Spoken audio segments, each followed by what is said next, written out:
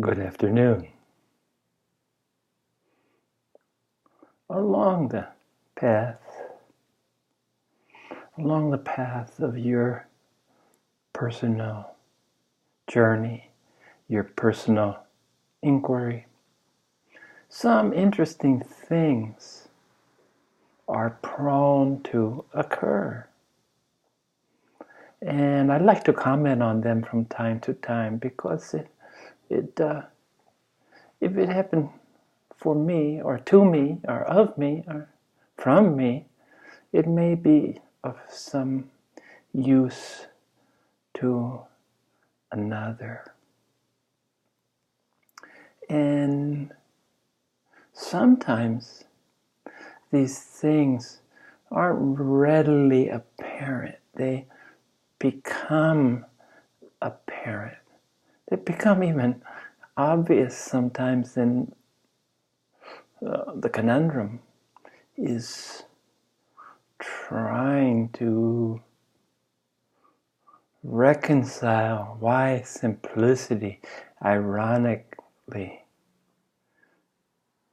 appears to be so complex. And this is 2020 hindsight. This is looking back on something and saying, oh, that's pretty obvious. And one of the things as a human being is that we're looking for acknowledgement, we're looking for support, we're looking for agreement. And interestingly, it's only until you give up this longing for approval, validation, when you give it up and more or less stand on your own two spiritual feet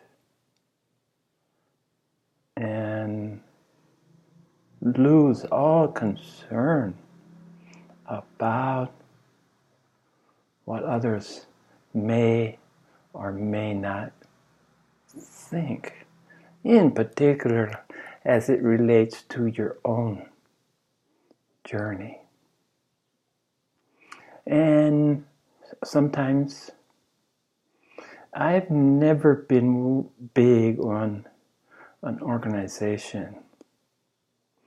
As Adya Shanti said, the organizations, be it a temple, church, synagogue,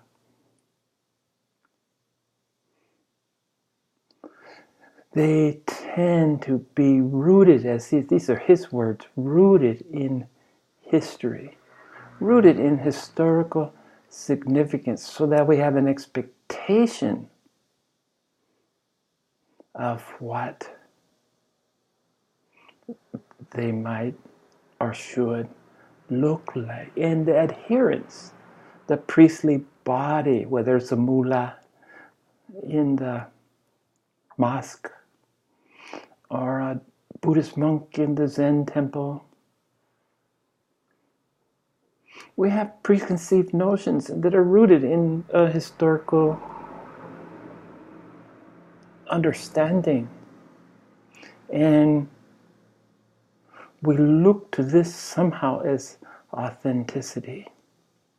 And I don't know about other traditions as much as I had a chance to delve into Rinzai Zen, or all things Zen. The lineage is of particular significance. In the Hindu tradition, talking about the 28 or so, never sure the number, patriarchs, and it's a lineage, direct transmission from one master to the next to take the mantle of his predecessor. In the Zen tradition, it's about the robe, gifting the robe and the bowl. And this is a public recognition of the lineage. And a lot of the organized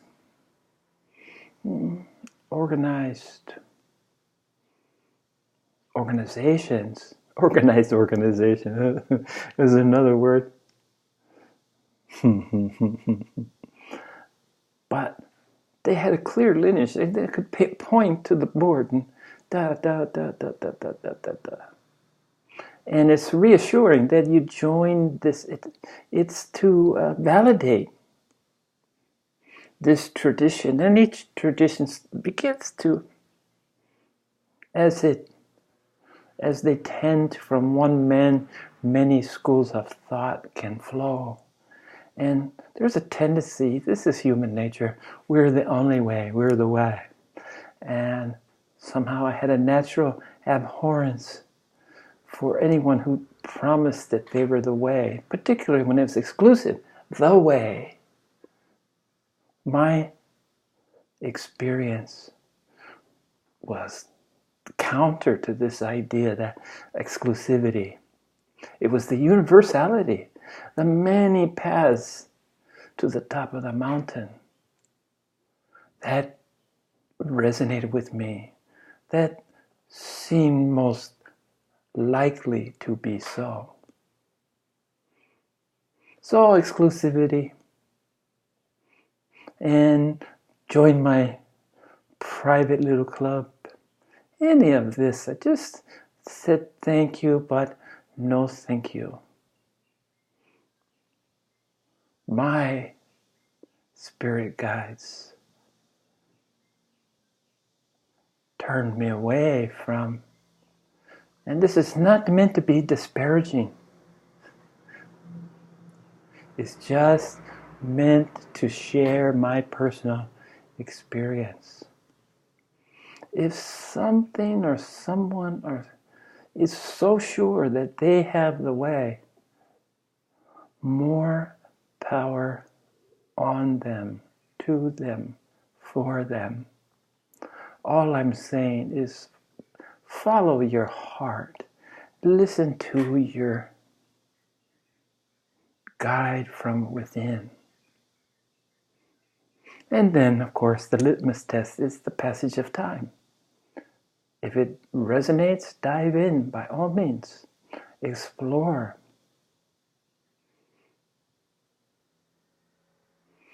Be doubtful until there's no room left for constructive doubtism, where doubting no longer serves a productive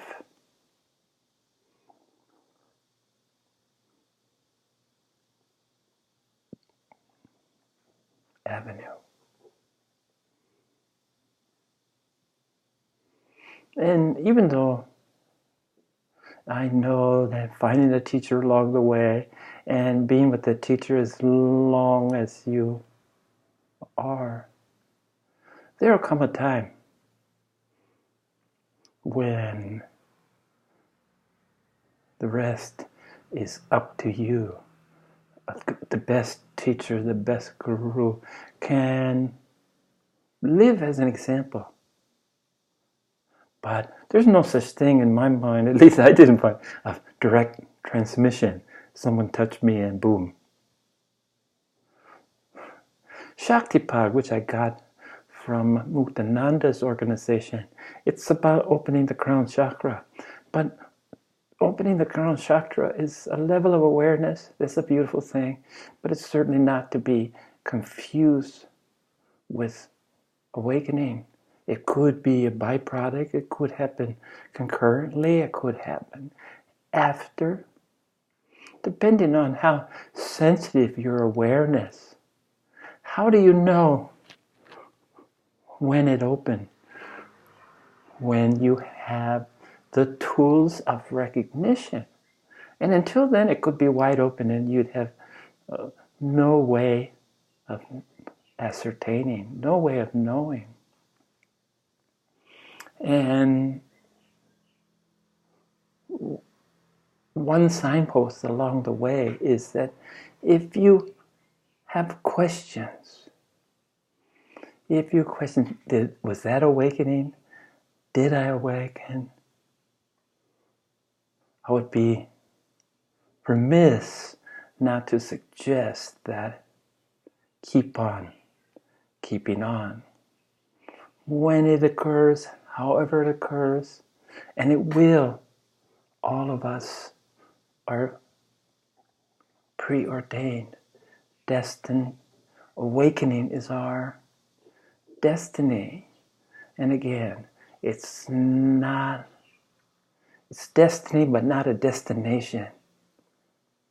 It's an ongoing, continual, ever-evolving process. You can be awakened to the level of this, but there's another level. There's the spiral is of continuity. So remember, it's not a goal. It's a process that should be appreciated for each step that you take. For each stone, each stepping stone, each level as you climb the mountain, only surprise to surprise to discover that there's more mountains in the background.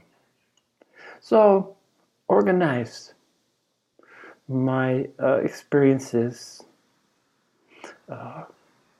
in accepting a teacher 6 years ago in the Chinese Zen Bodhidharma, the patriot that left India. He may have been in England, I don't know. But he left England. Yeah, there I go. Wow.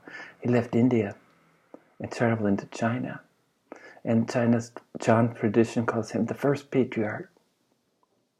And the sixth Huan Ning is somebody that's the sixth patriarch that's really Platform Sutra, great teacher that resonated with me. But the lineage is, I could go back and see which patriarch, I want to say 28th, but I just said 28th is the total. I have it written down, but it's really not important to me. And I will go back and look in next video. I'll tell you, okay, Bodhidharma in the Hindu tradition was the whatever patriarchy was, Chan. So in Taiwan, I had a chance to study and learn from a Chan, a Zen of the Chinese Chan tradition, that he was unorthodox in the sense that he didn't claim to be in a lineage, or at least not publicly, that was rooted in history. And I remember in the beginning thinking that I would look to this lineage for, what's the word? Vindication? No. If he had a place in the lineage that he could show to you, rooted in history, validity. Validity is the word I'm looking for. Funny, when I lose these words, they tend to come much quicker. I certainly don't claim to have them at the tip of my tongue, but within a few heartbeats, it's usually validity. Somehow, this rooted in history. This was my lack of understanding. And I only became acquainted with lineage that's not, the concept of lineage that's not rooted historically, that's not encumbered by everything that rooting in history carries with it. It's very complex because people's expectations, the idea of what a monk looks like. You know, a monk is supposed to be in a robe. My two pictures are as close as I've ever come, and this was never manifested in a reality. This was a student who I gave ideas to, who she came up with this design and this concept based on knowing me. I expressed the colors I wanted, but everything else, the bandana, the fish, the lei, the Chinese characters, the calligraphy, was all the background, the surfboard. Because I'm from Hawaii and the surfing, and this is all. So there they are. That's as close as I came to having a uniform. I did wear robes briefly, or not so briefly, for an extended period of time, but I really wasn't vested in them, and I never went outside publicly. I was cloistered in the dojo, in the Renzai Zen in Japan, in Kyoto, in the temple, and the time I was there, I never went outside. So I never had anyone look at me and say, oh, there's a monk. In fact, prior to this experience of going to a temple in Kyoto, that was definitely rooted in history with the big bell and the beautiful temple and the images and the teachers. And before that, my introduction to Zen was in a tradition that rang truer with me. But I just wanted to try. We were taught to become monks without a robe, and that their Roshi, my teacher, lived a normal life with a family and a job. They ate meat. They weren't vegetarians. They ate what the universe provided to them with acceptance and blessing and love. So this anonymity of a monk without a robe resonated for me personally, and it felt more authentic. I felt more authentic in my civilian clothes than I ever felt in a robe. I've recently purchased this. I kind of like it, this kind of kimono style, but it has no religious significance, no religious import. I just feel comfortable in that, just as the beads that I wear on my all purple with one white, all white with one purple. This came from no tradition. This came from me asking a vendor, asking a bead worker to put this together for me, because this reminded me that the uniqueness in the unity. This encouraged me to stand out, to be the purple amongst all the white, for balance, to be the white amongst all the purple. Just as a constructive reminder, just as this recently, I have 3 black ones and a white one, and I just feel good. It's something new that you can see in my last 4 or 5 videos, but it has no significance. It has no historical roots. It's part of the obscurity that I've learned to gravitate towards. Obscurity, not well known, beyond or outside of the roots of history, the roots of culture, the roots of expectations, the roots of, well, roots, period. We have to put down roots to get sustenance. But there comes a time when the purpose, the necessity of the roots are not necessary. When you're set free and allowed to float. When you become like an orchid and take your sustenance from the environment that surrounds you. Not to say that I don't need food and water,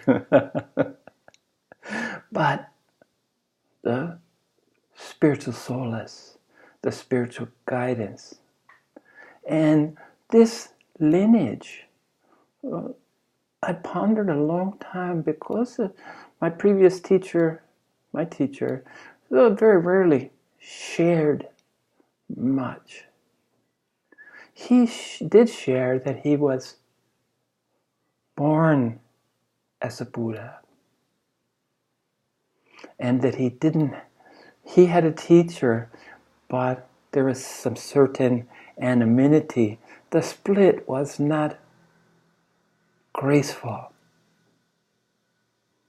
because he enjoyed more popularity than the teacher. And I can see elements of jealousy from both sides.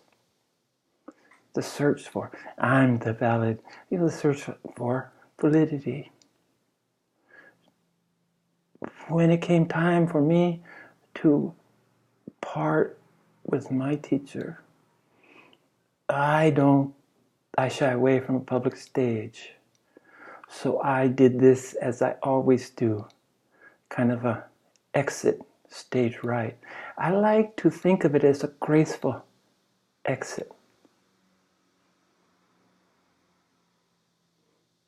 No announcement, no fanfare, just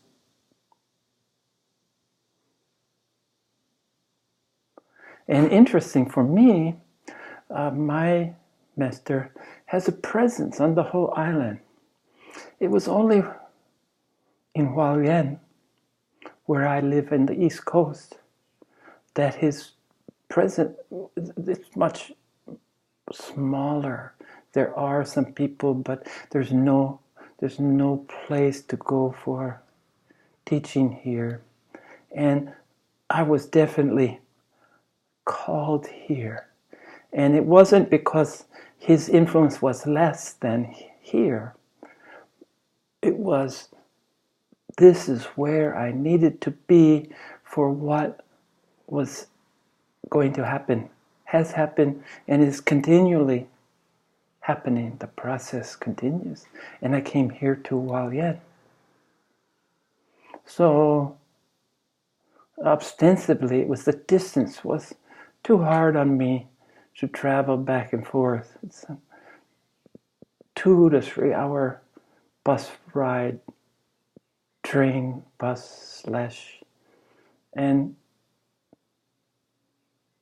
but the attraction was the very obscurity. So his tradition, his lineage was pretty obscure. We did know about a teacher. We did know that he came to this incarnation as a Buddha. Milafo, so he tells us. So I've heard. He's never mentioned these words to me because he doesn't speak English. So I can't swear to any of them, and I would not want to. But his lineage was obscure. And it's interesting that this is what resonated with me, obscurity. Not rooted in history. In fact, sometimes even is counter-historical. Well, this isn't how the traditional Buddha this isn't what he did. Well, who's to say? because unfortunately or fortunately, legend has a tendency to become historical and get rooted. So it was obscurity that appealed to me. And it was with great interest in a recent listening of Adyashanti, who now is the only teacher that I spend time listening to. I was fortunate enough to be in his presence in Hawaii in a small gathering when he first started out 22 years ago or so. And I still, because of YouTube, I love YouTube, not only as my humble efforts available here with my handful of followers and my obscure viewership. Who knows when it's my turn to come out of obscurity, and who cares? I'm quite content. In fact, I've sought it most of my life. Obscurity. I don't like clear-cut, so-called information, teachings. My inclination, my sensibilities thought that it was all rooted in obscurity. And if you went and really looked at historical roots, it was someone's attempt somewhere along the way to rob them of their obscurity, looking for validation, pointing at the predecessors. Well, I felt no need. I felt like I didn't really have any predecessors because I wasn't following in the footsteps of anyone or anything, any ideology, any teaching. I knew the witness, my guides, Roger Bacon, my Franciscan monk, Dhammo, this Bodhidharma, Dhammo's teaching. But he was directly guiding me on my path to true obscurity. Even my name, my family name is Hayes. And I think I'm so appropriately named because I'm more often in a fog than not. I'm hazy about things, fuzzy.